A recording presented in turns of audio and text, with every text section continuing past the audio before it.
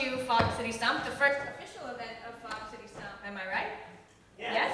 Okay, great. Well, good to see you all. We have a very exciting panel discussion and a very exciting panel here for you all.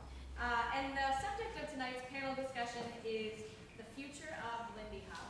And the main question that we're going to be exploring is how do we as a community create a direct and positive impact? And I think in terms of the Lindy Hop scene and the Lindy Hop world, this is a very relevant question, and it's something I also want to explore in terms of our larger community and our larger world. So before we get started and before we start asking these guys questions about the future, I think it would be helpful if we get to know who they are. And in addition to knowing who you are and where you're from, I think it would also be helpful to know kind of where you've been. So since you've started your Lindy Hop career, or if you want to call it that, what are some of the things that you've done? So have you been working in a local school? Have you been traveling internationally? Like, just a few big points about who you are as a Lindy Hopper. Action. Hello. Hi, I'm Nina Gilkinson.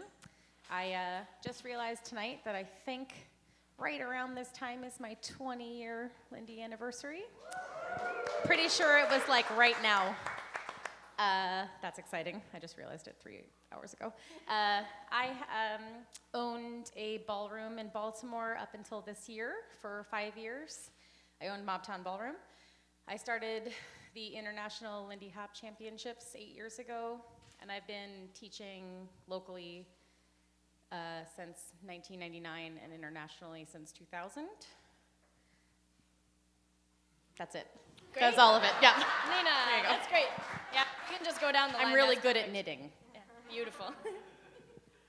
Okay, so my name is Aleix. I come from Barcelona. I started learning Lindy Hop in Barcelona in 2002. So I don't know how many years that is, but yeah, I started there. I volunteered a lot in my first school there in Barcelona.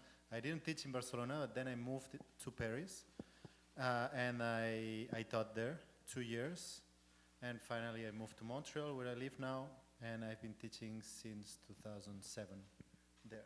And for the past 2-3 years, I've been teaching locally, regionally as well, and now San Francisco, Rochester this past year. I've been traveling a little bit, not as much as these other girls, but. Hi, I'm Erin Morris.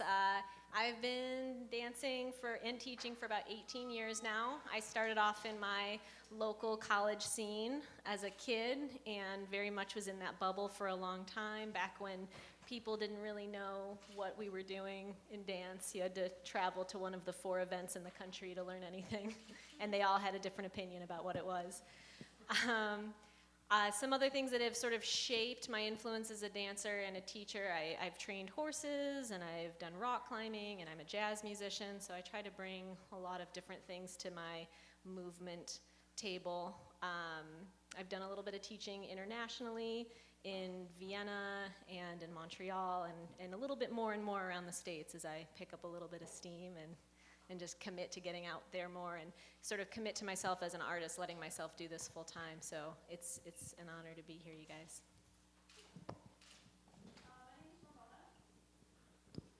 My name is Ramona Staffeld. I'm nervous. Hi. Heart is beating. That's good. I'm not usually a comedian. It's really Nina. Just wait. Yes, I've been dancing Lindy Hop since 1995, so it will also be a dance anniversary for me this time of year. We had basically 2 major workshops, one in the fall and one in the spring. I had my first international gig in 1999. I really love this dance. I am also trained in contemporary dance and ballet, and I did a lot of arts and education work in the New York City school system with a dance company I worked with in New York City, Long Island, upstate New York. I have worn a few different hats. I have done a little organizing back home in Melbourne. When I first moved there, I got to teach locally every Monday for a whole year. And again, that's a really different perspective to be on the ground and to be a local teacher. But most of my work now, my work is as a specialist and maybe to give you a piece of myself. So, thank you. Yes, thank you guys. So,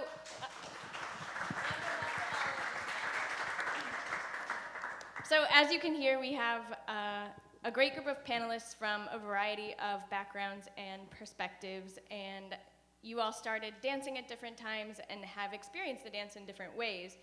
One thing that stood out to me, especially when Erin mentioned when I started dancing, there were 4 events that you would go to learn Lindy Hop. By the time I started dancing in about 08, 09, that was very, very different. So I was learning in a very different context. I started dancing just a few months before Frankie Manning passed away. And I think that you all, when you first started dancing, 18, 20 years ago, had a very different experience than people who are starting to dance now or within the past several years. So one of the questions we want to talk about is, how do you think that the passing of Frankie Manning, the passing of Don Hampton, and the legends that were initially sharing the dance with this new generation of Lindy Hoppers, how does that affect the scene? What particular advantages or challenges do you think that the generation of dancers who are starting now, as opposed to 18 or 20 years ago, might have, just thinking about how it's changed?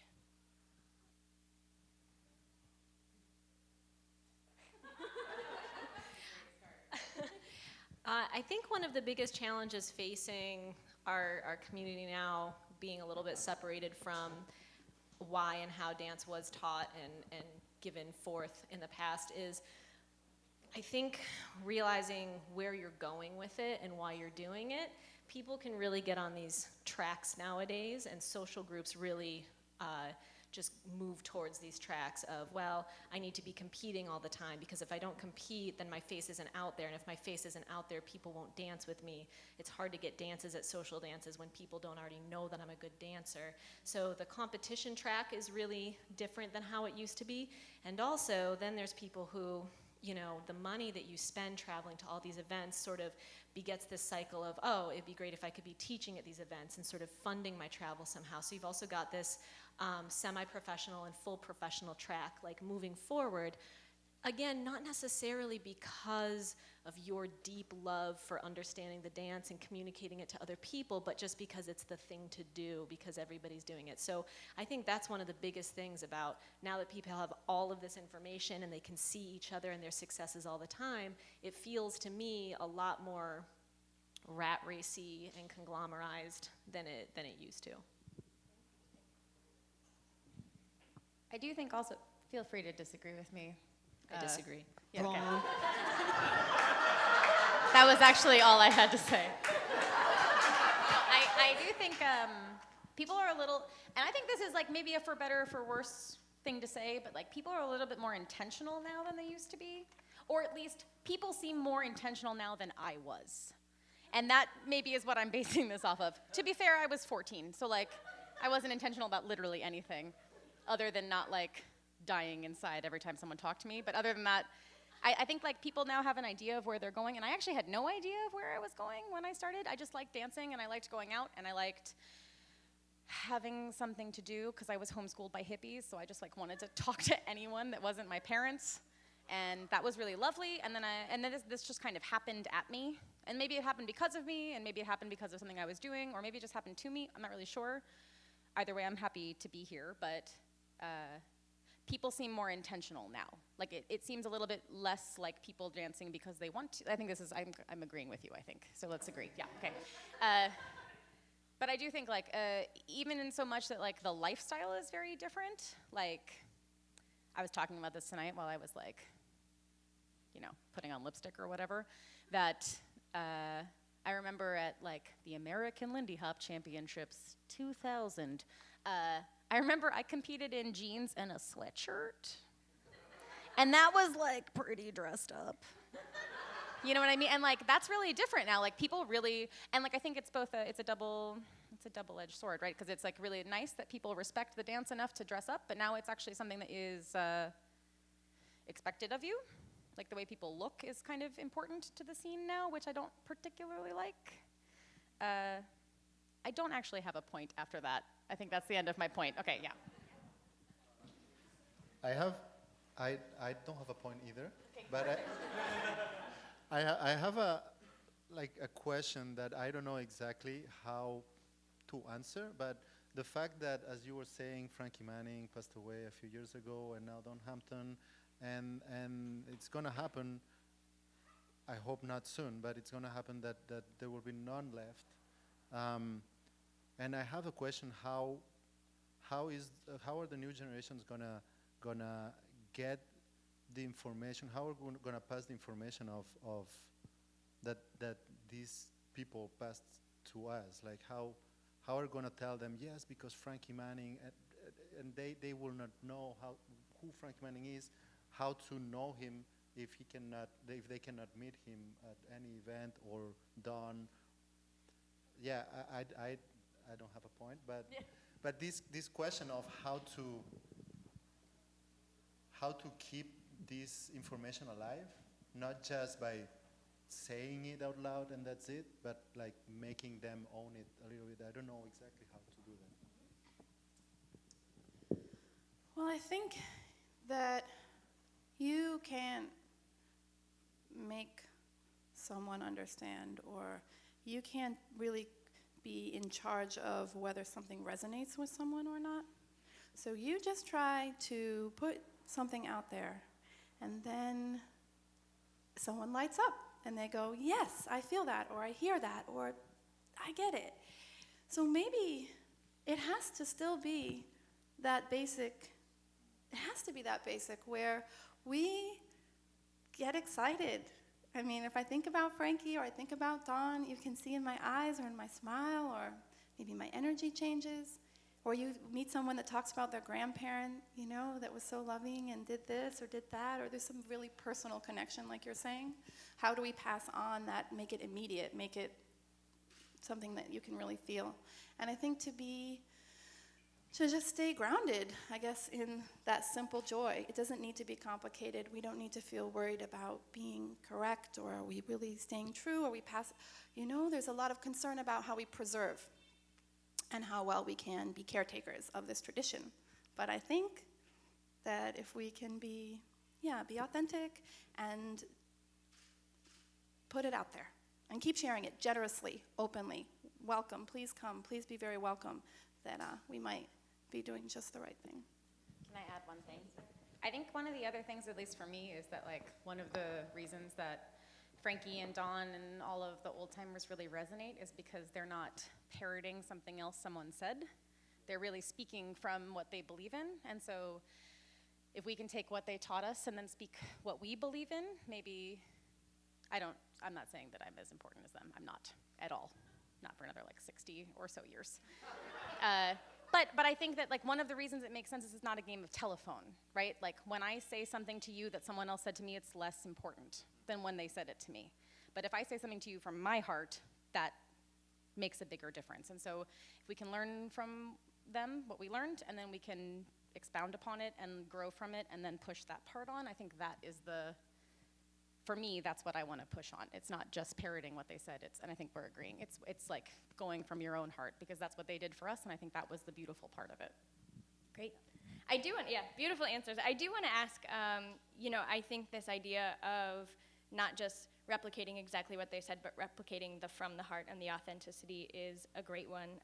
One just follow-up question that I have about this, and we can do it pretty briefly, is, with newer generations of Lindy Hoppers maybe being a little bit further in terms of having not met Frankie Manning and now not getting to meet Don Hampton, what are things that you recommend or really hope that people study or really know in their hearts about the past generations of Lindy Hoppers, or how the dance has kept going, anything?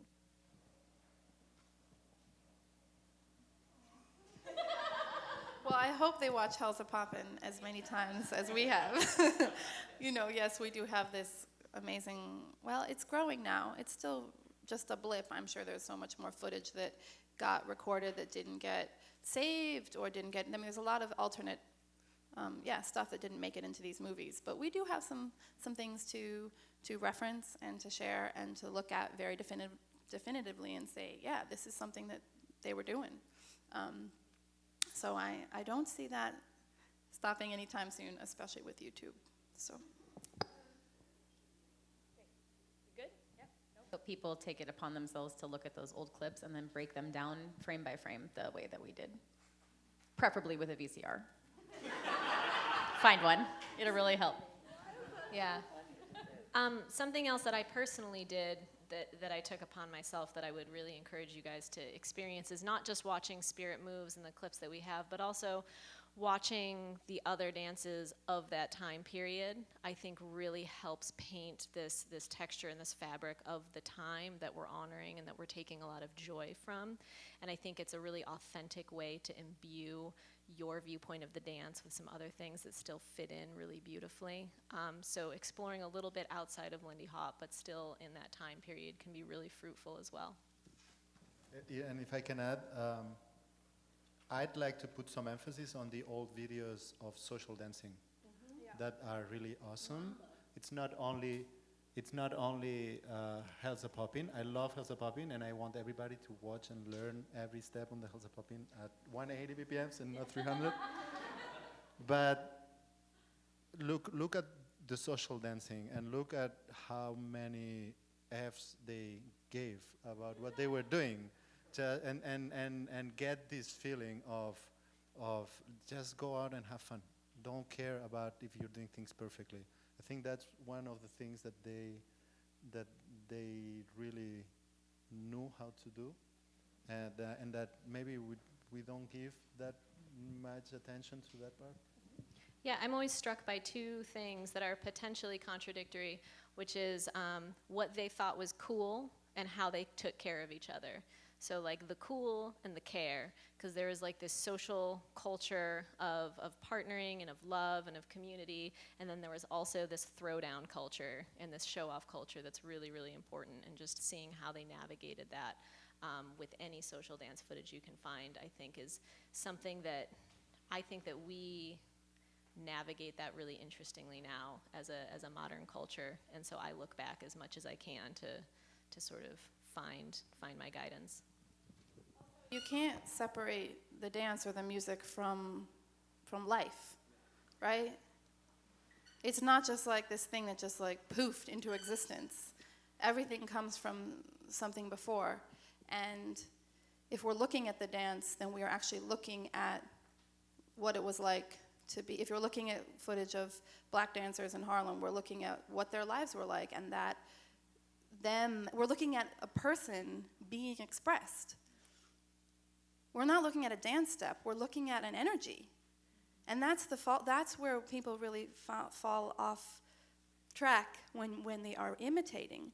They are imitating the step as opposed to saying, well, because we can't be, Faye or Nicholas or Frankie Manning or Jimmy Slide. Or if you're a singer, maybe you can't be Ella Fitzgerald, Billie Holiday. But you can feel where they're coming from and use that to inform you somehow. And remember that we're our energy. We're not these hard-formed shapes.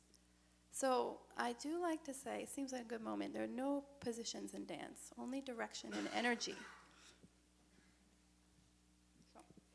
Great. And one thing that I will add, just from my perspective, I'm going to get on this panel really quick and drop my phone at the same time, is that I think another great thing to do, just in terms of getting to know stories instead of just dance steps, is find people in your local community who were there during the swing dance years, during the swing era, who are dancing in your local ballrooms, doing your local steps.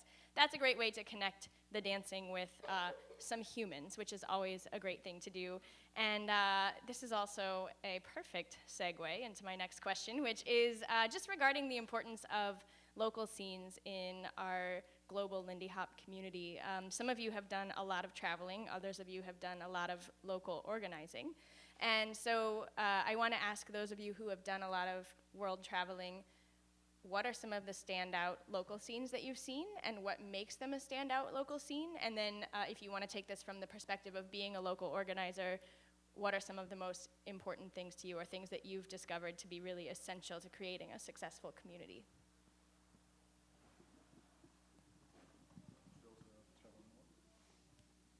Okay. Well, I think this is either a really great answer or a really shitty, poopy answer. I think that every scene has something to offer, and I think that that's something that we don't look at entirely, because when I'm trying to think about, what are the scenes that stand out, and I think, the scenes that stand out are the scenes that, have something big going on, like a big event, or a lot of really good dancers, a really good venue. But I don't actually think that's what makes a good scene. I think what makes a good scene is, for me, the scenes I feel the most comfortable in are the ones that people are the most at ease in. And that sometimes is the scenes where people are the worst at dancing, but they're really at ease, you know what I mean? They're having a good time, people are happy, they're happy to go out, they like each other mostly. They feel fine when they don't like each other, they're at ease with that too, and I think that's a really important thing that sometimes the scene breeds out of us, is you're allowed to just not like everyone, because life, you know? And so I think some of my favorite scenes are actually the smaller, less popularized ones. I was just in Singapore, and their scene is really fun, totally newer. There's not I probably couldn't say any names that you would recognize, and it doesn't matter because it was really, really fun. People were just really nice and cool and at ease, and I appreciated that.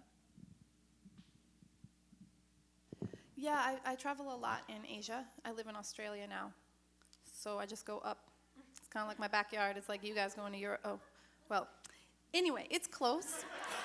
I'm from New York, so I'm used to being on the East Coast. But yeah, and the scenes in Taipei, in Beijing now, in Bangkok, in obviously Seoul, Korea. I think maybe if you haven't heard, there's probably the most amount of Lindy Hoppers in one place in the world. They have thousands of dancers, maybe 5,000, 6,000. We actually don't know. I'm studying it to this day. No. My mom actually sent me an email about a kid she met at Geneseo who wants to do a full bar. He wants to get a scholarship to go and study. They actually figure this out. So stay tuned. And yeah, I just really love those scenes because they are newer, and there is something exciting about that beginning when you discover a treasure. You know, it's really precious. It's you literally come upon this thing. And yeah, it's a privilege to be there for me now at this time. So if you feel like going over there, please be welcome. I can speak for them. I feel like it would be really good. My experience is more on less traveling and more being repeatedly dancing on the same scene. Although I've been in 3 scenes, Barcelona, Paris, and Montreal. And I have the feeling that what really makes a healthy scene is a healthy community, the connections between people. And I have the feeling that connects, or not explains, but that is in relation to what you were saying, that small scenes, I guess it's easier to make a small family than to manage an enormous family. And there might be exceptions, maybe Seoul, Korea is an exception because it's kind of enormous, it's immense, but yeah, I don't know. I have the feeling that when people know each other and when they like to go out with each other, and then the dance ends and they don't want to go home, they just go to the bar next to the venue, have a drink and something. These human connections is what makes a good scene. That's what I was going to say. Yeah, I was hoping you would talk about Montreal. That's one of my favorites. I also would point out Denver as a place that really gets that community culture right. It's a bunch of adults that connect with each other on things that aren't just geeking out on jazz together or judging each other based on jazz ability. They do the cookouts and they talk about the real issues of the day and the issues of the community beyond what shoes you wear when you dance.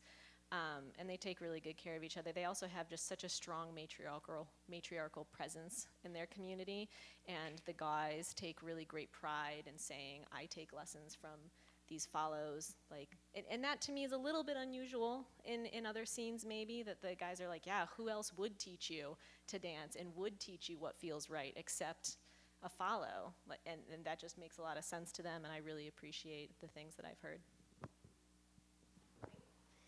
Another question that I want to ask you guys, so Erin, I think, and Nina, you guys both talked about this, the idea that for many Lindy Hoppers, there's an intention, there's this goal of, I'm going to become a competitor, I'm going to become a teacher. A discussion that I hear a lot is about this gap between, so the wording that I've heard said is like, when is this generation of instructors going to retire? And it's funny to hear them say that about like, yeah, we're the same age, and so this idea of retirement. But people are asking, like, basically thinking about the next generation of teachers, whatever that means, coming up. Is there a gap? How do we bridge it? What does that future look like in terms of who's going to be teaching the people to dance in the next year? Or just what's your response to that question? What's your reaction to that question? I think if you are trying very hard to do anything, I think you're missing the point. Like if you feel that if it's not about the enjoyment of the process, the present moment, like the work. Like I like practicing my tap because I like practicing. I love to work. And I always get a little bit, I feel strange when there's this thing about wanting to, like you're just missing the whole point. We were very, I don't know, it happened to us. And it's not that we were privileged, like all of us are here because we made decisions and choices. We did this, we manifested this. We are here now for many reasons. And that's, like I will give myself credit for the fact that I am here where I am, but why? Why do you dance? Do you dance because you want to get the awards? Or because you want to get your name up on a flyer? Or do you dance because you love it? And we were coming, when we got started being asked for gigs, people just said, these kids love to dance. I want to be around them. I want to know. I want to learn. So, and people do ask us. They do come up to us, right, and say, well, what do I got to do to be an international instructor? And I say, well, you got to be yourself. And then if people like that, we'll see. Right? So, yes. I do think, though, I am much more of a jerk when people ask me that than Ramona. I think you could probably have already guessed that if you've ever heard us speak. When people ask me, I say, you check your email. And then if someone emailed you, you respond. But I don't actually mean that as a jerky way, but I mean that as like when you try really, but I do think, just to add to what Ramona said, I don't even think that the opportunity Ramona and I have, I'm not gonna speak for Ramona, but I'll speak for myself, is that I don't think it exists anymore. Like there was a huge opening that we both, or maybe not we, I don't know, I won't speak for you again, you can agree if you want. But like, I feel like I just like accidentally was like, doofa, oops, I'm here. Like I really just like, I stumbled into a space that needed someone to occupy it. And I was really fortunate for that. And I worked really hard and I learned a lot and I tried and it wasn't dumb luck exactly, but I think maybe the timing of it was a bit dumb luck. So I think sometimes some of the stuff that people are looking for right now doesn't even exist anymore. It's kind of like, being able to graduate from college without any debt. It doesn't exist anymore. And like, I tried to do that for like 5 minutes when I was in my teens, and I was like, oh, screw this, that doesn't exist. And I think it's a bit like that. Like, you have to find a new path. Like, we found a different path, and I think that path doesn't exist. So if you try to follow our path, it's not there anymore. You should find a new path and then follow that path, and it will end up somewhere, and boy, will you be there, Good advice. Yeah, I guess the validation model is really troubled. I mean, I think we all need to be validated, and I think, of course, everyone would say, well, be validated in yourself first and give yourself what you need. But also, if you can't quite do that, I really encourage you to find validation outside of the adult Lindy Hop community. Teach some kids in schools, do a performance in an old folks home, just go dance by yourself in front of a jazz band that has never seen dancers in front of it before. Making those kinds of connections, having somebody just be like, I've never seen anyone dance like that before. You've just got something really special. That is the kind of validation that really feeds you and builds you up and gives you something to be excited about when you're lucky enough to be in front of a room full of 40 people, telling them how to be joyful and individualistic. I struggle a lot with people coming to me that are talking about teaching and what they want out of teaching that's purely based out of where they're supposed to be at that time in their life and along their dance career line, and wanting to teach because it's what you're supposed to do to get better. I'm a really big fan of teaching out of necessity, which doesn't necessarily exist in larger scenes. But there are still ways to be necessary in larger scenes, and there's things to find that don't exist. And me having a chorus girl troupe is such a good example. 5 years ago, I had never choreographed a solo routine in my life. I was a Lindy Hopper partner dancer through and through, and I went back to Michigan, and there were no leads, none. So I learned to lead, and I loved it, and I got together all the best girls in the scene. I was like, we're gonna dance together now. And I just studied, and I studied, and something came of it, something really valuable. And that was the thing, that was when I found my path to becoming a more international instructor. The gate had kind of closed for me because my timeline was really odd, and I missed the boat that you guys were on. And so you do really have to find your own. And I'm living proof of the fact that there are bizarre paths that you should be taking. Don't try to do it the way you saw people do it 10 years ago. It's just not there anymore. And ultimately finding your own way is just so much more satisfying anyway. So good luck. I just say one more thing, which is like an old Confucius thing that's like, do your practice and everything is coming.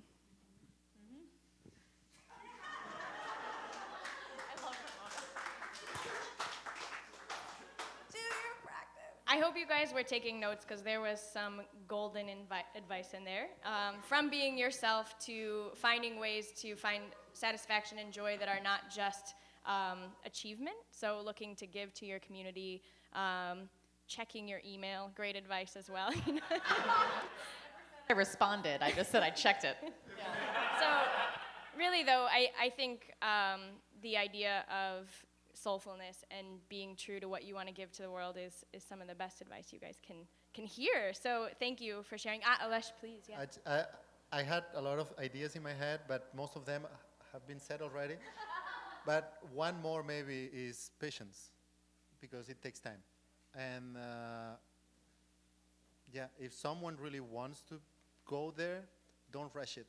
Just keep working on it, do it with passion, and don't expect anything. Just keep trying, and patience. I agree. Yeah, great. So I want to ask you guys all just about, we're thinking about the future. I want to ask you about the idea of hope and what gives you, what have you seen recently that inspires you or gives you hope for the Lindy Hop community?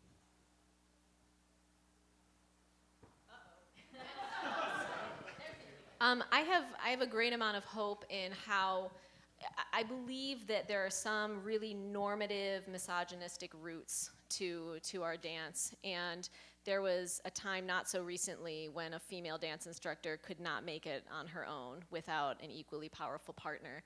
And the trend that's shifting towards people having very open and fluid partnerships with several partners so that you can satisfy all of these different needs and travel differently with everybody.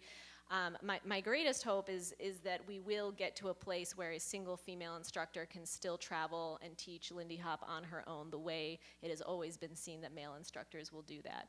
But that is my shining beacon, my North Star that I keep up there as well. Word. Jesus. I have spent 20 years. Andy Reid has been my partner for a really long time, but we have an open partnership, as it were.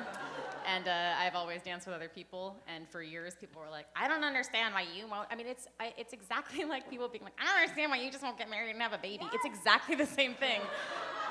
And I'm like, because it's Andy Reid, duh. Just kidding, I know that's on film.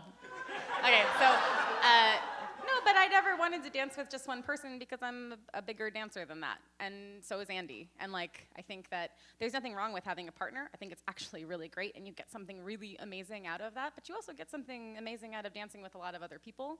And I totally understand the feeling of people not giving you as much credit if you're just a follower. The fact that I said just a follower, I think, is indicative of that. And I think that that's a really important thing that we need to think about. For me, I think that one of the things that I'm really hopeful about is the way, sorry, bummer time, the way the Lindy Hop community has backed and supported people coming forward with sexual abuse allocations and accusations is the word I meant, and talking about horrible things that have happened to them in the scene and being really, really strong in that way, in the way that a lot of the Lindy Hop scene has supported them, and kind of a call this has happened, which I think is really beautiful, and I think this needs to push forward. This needs to keep going. We need to get better at talking about this stuff. Clearly, I'm bad at it still. We need to get better at talking about it. We need to keep talking about it. We need to keep the conversation open. We need to make sure that everyone in the scene has a voice, not just people with a microphone. Everyone in the scene should be able to come forward and say that something happened, or say that they're uncomfortable, or say that they're super stoked. All of those things need to be able to be said. And I think right now we're starting to get there, but I would like that to continue going, and I have a hope that we're on that track right now. Following your lead, I think there's been for a long time in some corners of the Lindy Hop scene a culture of partying hard, not only dancing, and going into places that are not safe. And this is getting uncovered now, and I hope pushing this also means keep partying, but trying to keep the whole thing more healthy. I think that's important. I guess I'm gonna just jump back for a minute, then I'll come back. I've been teaching weekends all by myself lately, and it has been so empowering. It has been absolutely, a dream somehow. And then I missed my partner, it's a partner dance. One thing that is so wonderful about this mixing up of partnerships, I dance with Remy, I dance with Todd, I dance with Nathan Bew sometimes, is that it's true to the social aspect of the dance, and that you get to see how we react and respond to our different partners, which is realistic, right? When you're out there, you don't just dance with one person all night. So that is super cool. And then I felt a little hard going back to working with my partner. I had to share. That was real hard. I said, sorry, Remy. It was a little bit, some bumps along the road, and I was a little scared by that, how good it felt, or how easy it was to teach alone, and then also made me appreciate what we do when we co-teach. It's extraordinary. It's so cool to cooperate with somebody. So that, we just take that for granted, but thank you to all my partners and to everyone who co-teaches. It's so cool. And then, so I don't know. It's not, I guess I'm fortunate to be able to feel that I can do both, and that if I want to teach alone, I can, and then people will hire me that way. I'd happily do more of that. And then, yes, I have no secrets, and that is an amazing thing, but also still terrifying. If you don't know what we're talking about, you should do some research or go onto the internet, and you can go to the Track podcast, or you can read some articles. And yes, it's an exciting time. It's just the tip of the iceberg, unfortunately. I mean, for humankind, for humanity, we're just there. I mean, it's just so much more. So be good to each other, and let's create the kind of environment, foster this feeling that people can come forward, and Thank you. I would like to say, I think maybe the swing community, the Lindy Hop community, the swing community, I guess, when they go out dancing, it's mostly about dancing. But again, talking about the connections, the human connections, I think we should take care of each other more. Not only when they come out with stories, but day to day. and probably that will make us more aware of things when happen, and we will be able not only to support people that come out with stories, but also to maybe avoid those stories to happen. So I would love to just kind of continue this line of thought, and we've talked a lot about the Lindy Hop community itself, but I think that one thing that I love to see is when we think of this dance as being about something more than just happening in isolated and confined spaces where people are just dancing, but as a real world, living, breathing thing. And so the topic of our panel is how do we as a community create a direct and positive impact? And so in addition to thinking about how we forward this Lindy Hop community itself, especially right now, what role do you see Lindy Hop, swing, jazz, these dance communities playing in our greater community, in our world?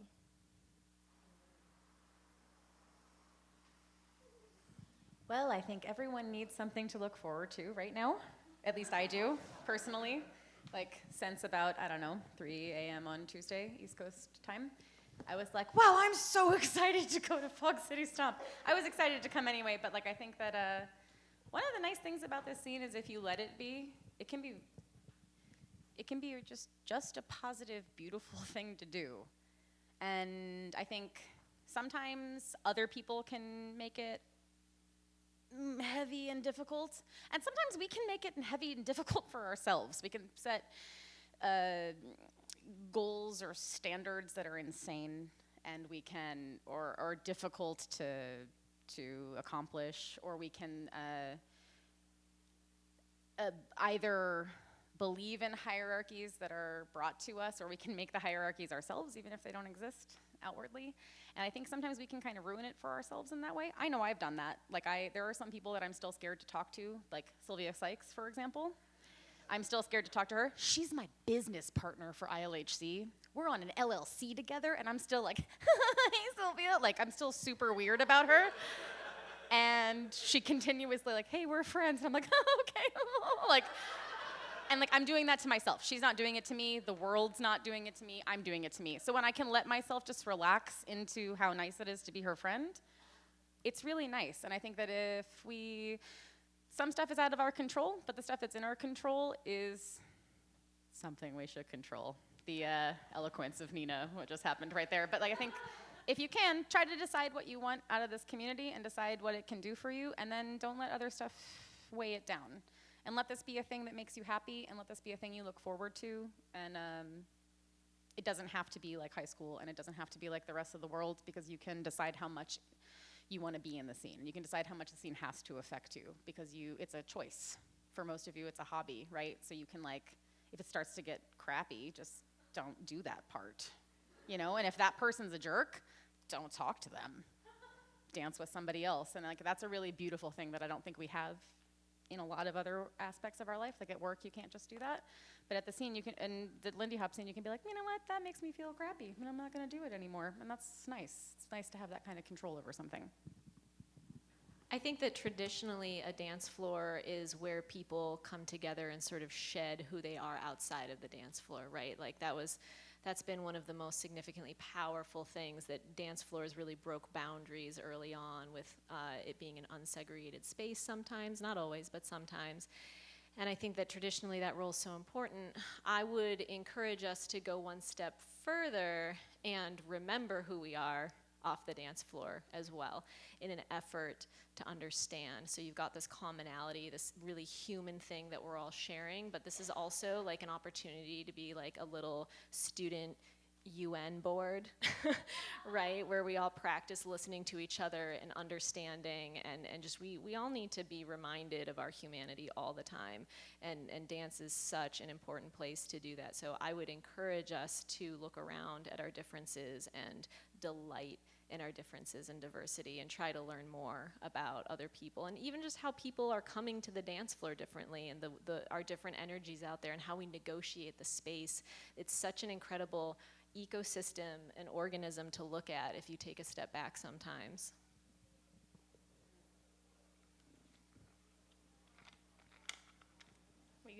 Okay. I'm sorry, that was an awkward way to end that. I just literally didn't have anything else. No, I mean, but I've always considered myself to be not teaching dance. I mean, I'm not going to be like mindfulness through jazz, but it is. Come on, we're people, we're humans. We don't turn into machines when we do a kickball change. We're not these robots. We're like human beings moving around, and I think partner dancing in particular has so much power to make this world better. And I often get a little worried about how generally we're kind of the same folks. I mean, there's not a lot, there is diversity, but not really, actually. So, I need to be more realistic. Okay, so, but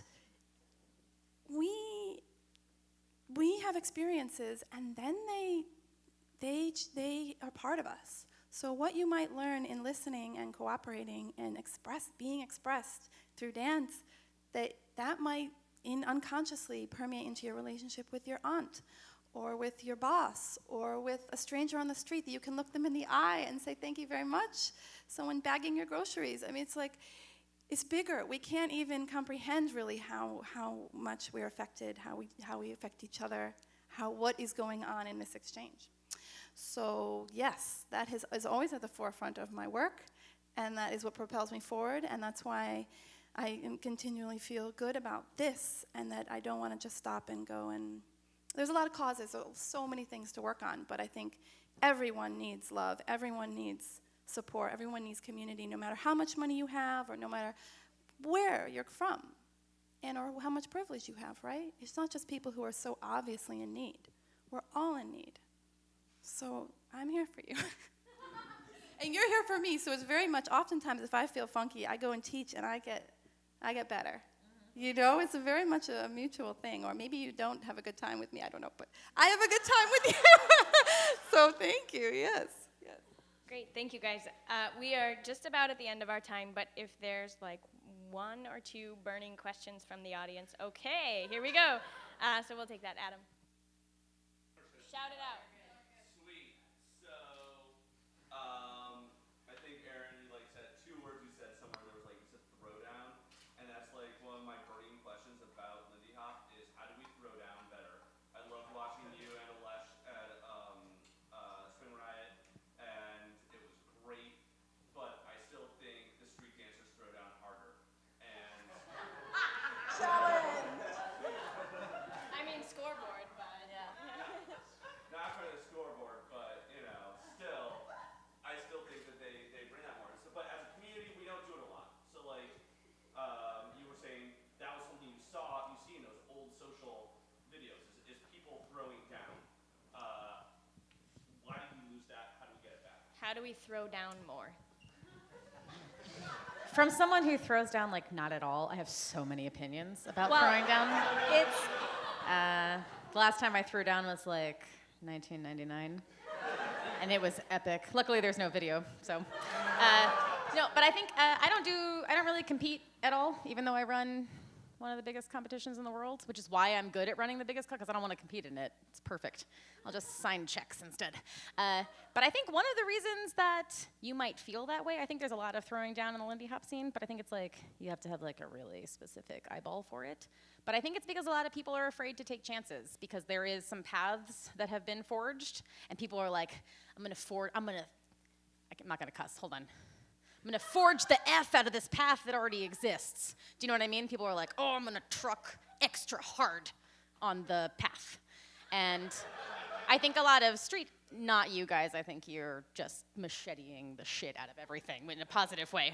But do you know what I mean? But I think it's actually why I like people like you guys is that I think that you guys do something different, which means that some people don't agree with me, which is awesome. If you watch a routine and everyone in the entire world is that was lovely, probably you did something a little wrong. At some point, you gotta go off the beaten path enough that some people are gonna hate what you do. And not because it's offensive, but because it's maybe not their taste. You know what I mean? Right now, there's such a taste for Lindy Hop. There's a flavor, and if you repeat that flavor, you do pretty well. And that's fine. But sometimes you gotta add something a little bit different that some people are gonna be you know what, I don't like it. And other people are gonna be this is the best, right? And I think that's kind of nice. Yeah, I think there's two really authentic wells you have to be able to dip into to throw down, and one of those is like an amount of exuberant, ecstatic love that normal humans besides Ramona Staffeld do not possess. And two, you have to be nasty. And I just don't think that that is cultivated enough in our classroom atmospheres or anything. That is something, like, that's just a gut thing that I developed. I was a club dancer. And also I just have a chip on my shoulder in life. So like nasty comes really easy to me. And so yeah, I don't know how to teach a class on that. I think it really starts on the social dance floor. And I think you have to probably have a couple of leaders, not males, but just leaders who are forging the way for that culture so people can see that it can be really intense and fiery, but a safe space ultimately, because sometimes it does look like sheer aggression. And that's a really important piece of it. And we have to understand that you're letting something primal happen to you. It's also like people who are really throwing down, some of it's preparation and like trusting the technique in your body, but a lot of it is super intuitive, super organic, and those are skills that are currently, I think we're trying to tap into them and groom them a little bit more, but it has perhaps not been focused on as much for the past 10 years in modern Lindy Hop. So I think if you guys want the nasty back, like we can go that route. It just takes time. I would like to add a disclaimer to this, and I have the feeling that we were discussing while preparing the battle for this year's Swing Riot. That's not yet on YouTube, but pay attention, it's gonna come soon, hopefully. Alan Wong? Yeah? Okay. Something that we were discussing is that Lindy Hop was developed in the 30s, and the street dances come later, and they have evolved, and they have, in some sense, the energy has just been going up in all of those dances. Like the street dancers, and in the time, I have the feeling, they were throwing down, but if you put them side by side, you're gonna see someone doing cramp, and you're gonna be absolutely, well, you know what I'm talking about. And right next to it, someone doing some windmills. But it might be, or it might not. So intrinsically, I think the jazz dances have a different energy and a different way of throwing down. So that's the first thing. And if you look at it, if you put them side by side and you judge them with the same criteria, they're, depending which criteria you choose, they're not gonna measure up to each other. The other thing that I wanted to say is that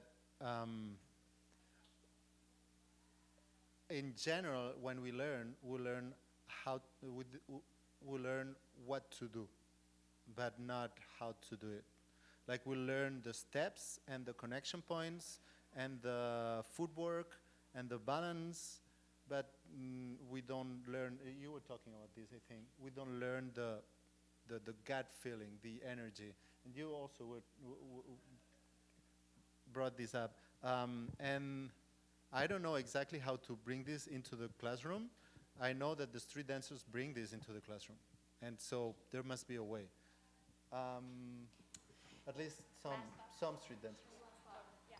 Basically, back in the day, if you were black, life was really hard, and dancers in Harlem, and if you were a young kid doing jazz, you were doing swing dancing, you were going against your parents. There was a lot of bravery. There was a lot of risk involved, and we're very comfortable. We are very comfortable. So, I mean, I think that's pretty much it. Get uncomfortable. Lean into all those situations, those movements, those tempos, speeds. Challenge yourself. You know, if you are brave enough to take that jump and try, I think that's the best we can do, because otherwise, I mean, I don't know. I'm also, I mean, I want to honor all of you. We all have our challenges in life, but it is a different time. So That stuff. Like if you're like, I'd like to go to a class on being nasty, like that's not gonna happen. You know what I mean? So like if you want that, you just have to do it, and you have to find the way that works for you, and then you have to lean into it, and some people are gonna agree and some people aren't. I guarantee no break dancer is like, throwing down 101, like that doesn't happen at all. And it's weird that we think that, I think maybe. So maybe that's where we have to come from, is that the fact that we think we can learn that in class is maybe intrinsically the wrong idea. If you don't have it, you have to learn it on your own. Dig deep. So, okay, I think there we have to wrap it up because we are going to go dance and there's a band and everything. But I want to say thank you to all of you guys for participating. Please give our panelists a big round of applause.